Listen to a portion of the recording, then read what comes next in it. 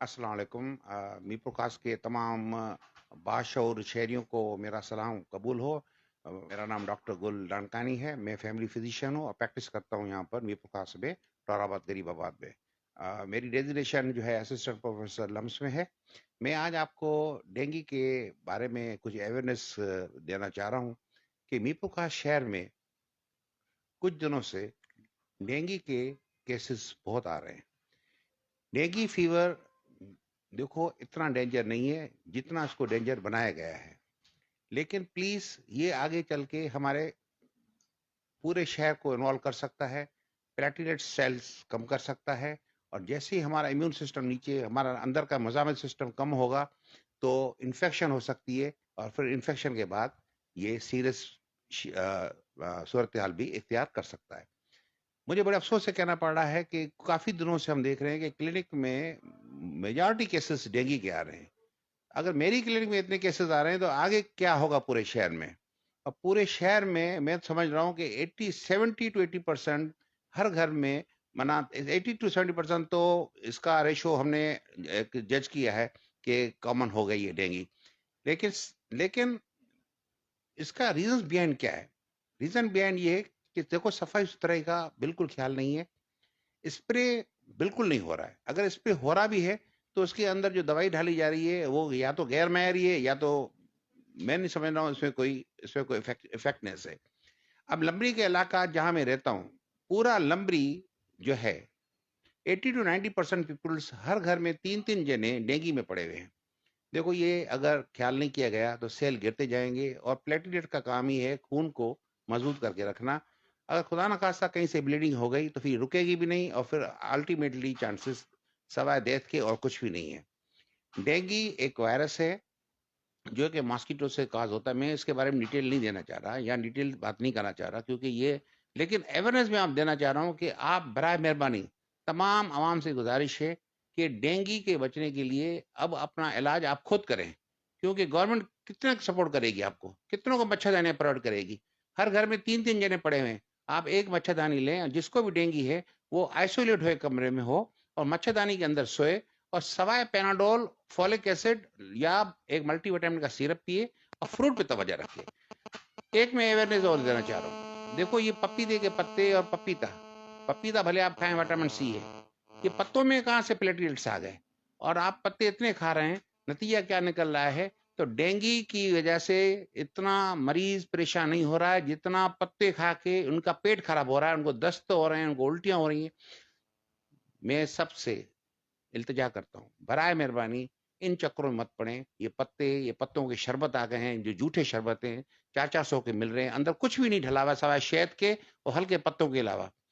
Please आप एक अनार, एक सेब, एक केला, it is sufficient for you. Sufficient माना ये बहुत ही है।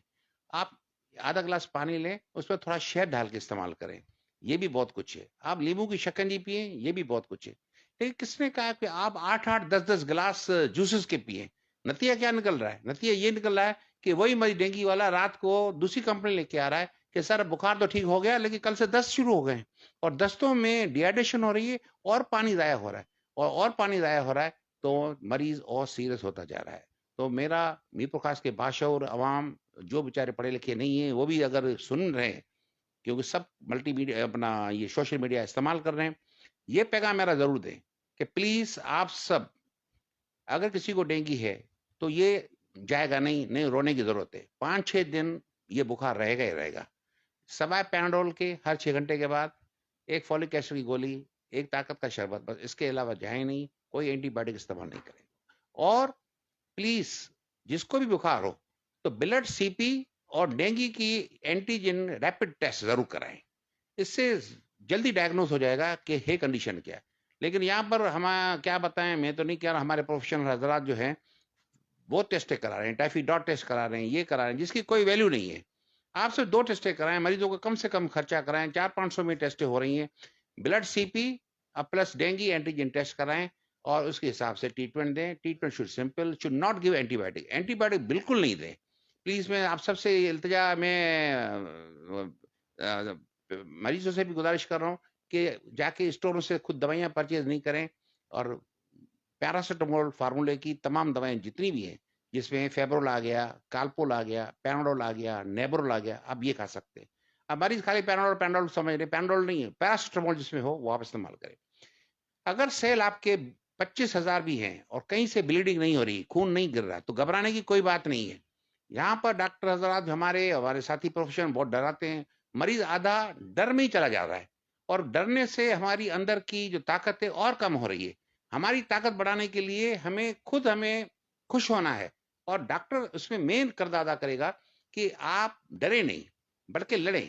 ڈینگی ڈی سے شروع ہو رہا ہے اور ڈی سے ڈاکٹر ہے، تو ڈی سے ڈینگی ہے، ڈی سے ڈاکٹر ہے. ڈاکٹر ڈینجر ہو رہا ہے ڈینگی سے، کیونکہ وہ ڈر رہا ہے. جیسے ہی رپورٹ آ رہی ہے، پہلے تو وہ کہہ رہا ہاں آپ کو تو ڈینگی ہو گیا، یہ ہو گیا، یہ ہو گیا. مریض آدھا اس میں چلا جائے گا کہ ڈینگی کو ہمیں مار دے گا. بھائی ڈینگی سے کوئی اتنا خطرناک نہیں ہے، اس سے تو خطرناک کورونا تھا جو کہ لنگس پہ افیکٹ کر رہا تھا. یہ تو ہمارے سیل پہ افیکٹ کر رہا ہے. تو پلیز آپ سب سے یہ میری التجا ہے کہ آپ نمبر 1 ڈینگی کو ڈینجر مت سمجھے اور اس کو صرف پریکاشن کریں، نہیں تو یہ پھیلتی رہے گی. ڈینگی والے مریض ان کے اینٹیجن پازیٹو ہیں، بچے سارے گھوم رہے ہوتے ہیں. اب زیادہ گھومیں گے پھریں گے. جب تک ڈینگی اینٹیجن نیگیٹو نہیں ہوگا، آپ کو گھر پہ آئسولیٹ رہنا ہے. بس یہ ایک میرا پیغام ہے. دوسرا، یہ پتے کے بارے میں دیکھو، یہ پتے والے جن کے درخت تھے یا جو زمیندار تھے وہ سارے امیر ہو چکے ہیں، ان کے سارے پتے بک گئے. مہربانی کر کے آپ یہ چکر میں نہیں پڑیں. آپ ایک انار، ایک کیلا، ایک سیب، یہ بہت انف ہے.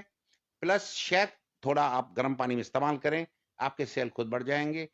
باقی ٹائم لگے گا 5 سے 6 دن، اور اس میں شدید درد ہوتا ہے، بہت شدید درد ہوتا ہے. تو بس اس کے لیے بھی آپ سوا پینڈول کے علاوہ اور کچھ نہیں کھائیں گے، اور باقی علامہ کرے گا، آپ سب ٹھیک ہو جائیں گے. تو پلیز آپ سے ایک دوبارہ میری التجا اب میری گورنمنٹ کی طرف سے بھی ہے.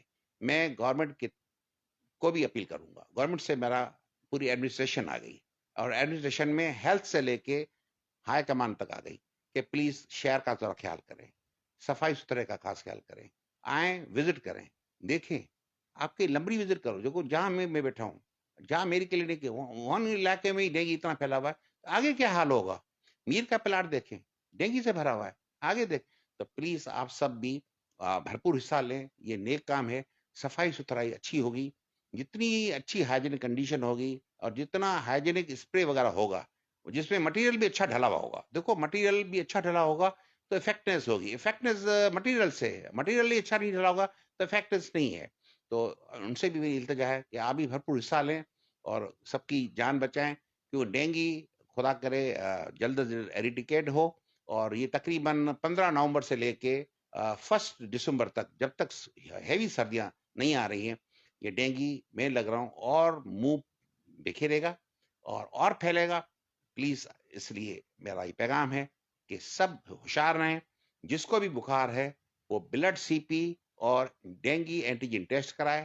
فروٹ پہ لائٹ توجہ دے، اتنا بھی ہیوی فروٹ نہیں کھائے کہ ان کو دست ہو جائے. پلیز یہ میرا میسج ہے. اور تھینک یو ویری مچ. خدا کرے آپ سب صحیح سلامت رہو. اور میں بڑا شکر گزار ہوں کہ یہاں پر نذیر صاحب بابا صاحب نے ہمیں خاص بلایا تھا کہ آپ کچھ کمنٹس پیش کریں. میں ان کا بھی شکر گزار ہوں، میڈیا والوں کا. لیکن جو پرسنل میرا ایک آئیڈیا تھا، اویئرنیس تھی دینی آپ کو، وہ میں نے آپ کو دی ہے. Thank you very much. God bless you.